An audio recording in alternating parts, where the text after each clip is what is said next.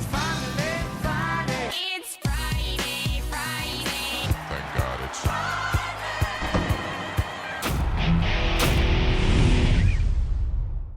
Welcome back to the Friday Show, presented this week by the Match Series. Yes, it's back. Find out more about that coming up. I'm Scott Jagow along with Ray Paulick. So glad to have you with us. But first, Ray, let's talk about it's another week and another major development in the horse racing industry this year. This time, a group of major racetrack companies got together and decided to offer this proposal that would phase out Lasix, first with 2-year-old races in 2020 and then with all stakes races at their racetracks in 2021. That would include all 3 Triple Crown races. It's a pretty big step, and of course the horsemen haven't really gotten involved in it yet, so we got to put that caveat out there. What do you think of the idea? The horsemen haven't gotten involved, nor have the regulators in these various states, and they're the ones that set medication policy, so they need to get involved in it too.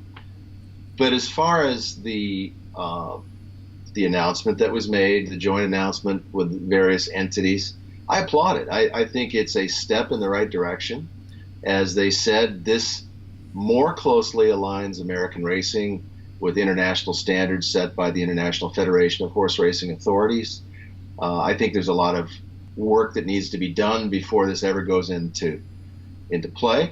But I also think there's a lot more work that needs to be done to tighten restrictions on anti-inflammatories, joint injections, the kind of thing that Belinda Stronach addressed in her open letter to the industry a few weeks ago.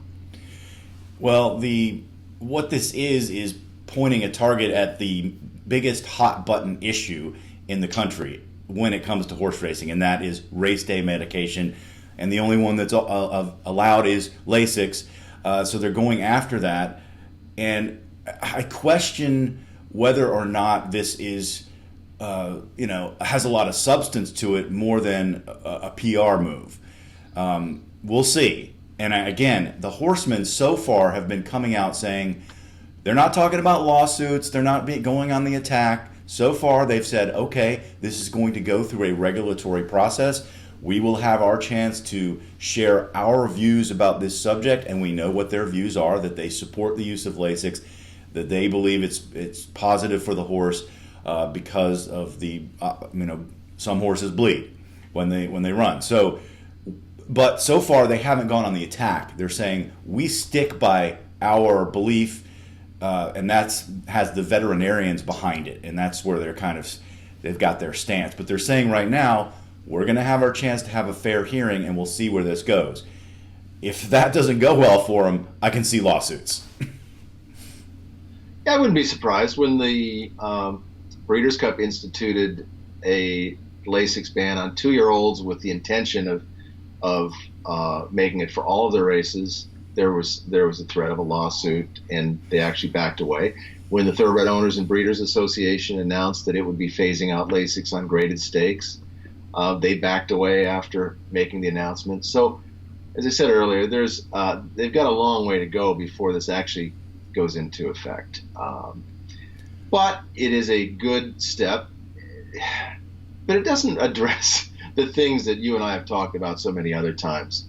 And that is, how do you crack down on the use of performance-enhancing drugs, the undetectable drugs, the blood doping agents, the type of thing that anecdotally we believe are out there, but the various regulatory agencies, some better than others, have just been unable to detect for the most part.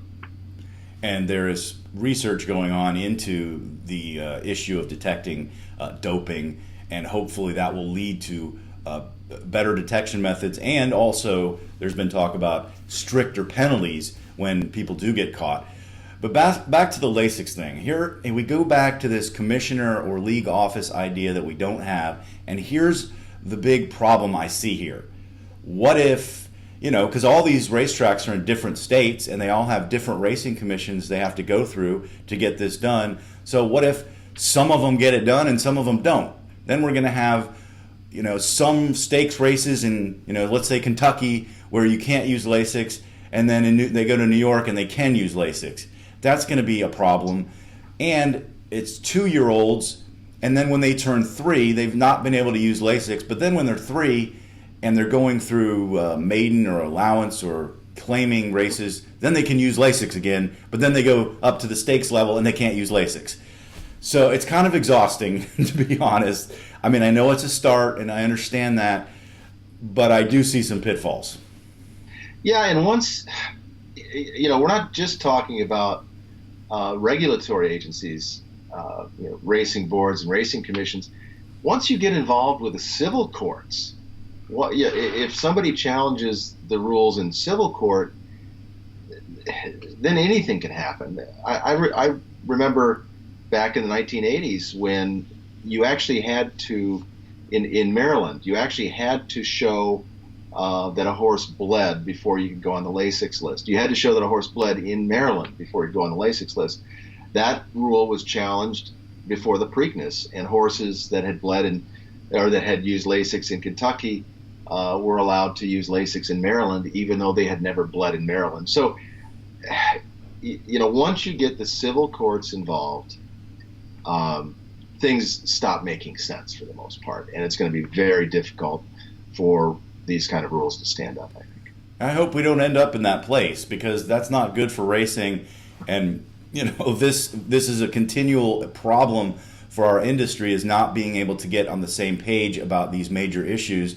And in this case, Lasix is one of those where I just don't know if people can get on the same page who have these divergent opinions about it. I just don't know if there's room there for that kind of compromise. The way that people act about it, they always talk about, like, it's good for the horse, period, end of story. And then other people say it's terrible for the breed, end of story. And just think about this: all these racetracks, all the tracks that host Triple Crown races are involved in this. They're all in different states. So I could see a scenario where one or more of the Triple Crown races is under this scenario, Lasix or no Lasix, and then the other one's not. So that's confusing. I don't know. I hope this goes smoothly, but I have my reservations. It's going to give us plenty to write about and plenty to talk about over the next couple of years. That's for sure. Well, let's talk right now about the poll we have on our website. Do you support this move by this huge coalition of racetrack ownership companies? And it is a huge coalition. It represents something like 85% of the stakes races that take place in this country. So it's an overwhelming majority of the ownership at the major racetracks in the United States. Do you support the idea or not? Let us know at PaulickReport.com. Well, Ray, last year we had some support from the Match Series for the Friday show, and it's back again this year, and we're happy to have them as a sponsor. What's new this year with the Match Series? Well, the Match Series was on hiatus for a number of years. It came back in 2018. They've reformatted it for 2019, and I really like what they've done with it. They've got $2 million in purses, $375,000 in bonuses, $40,000 in potential breeders' awards. 4 divisions this year at 5 different tracks, and as it moves around from track to track, each division will have a race at that track. It kicks off at Laurel this weekend.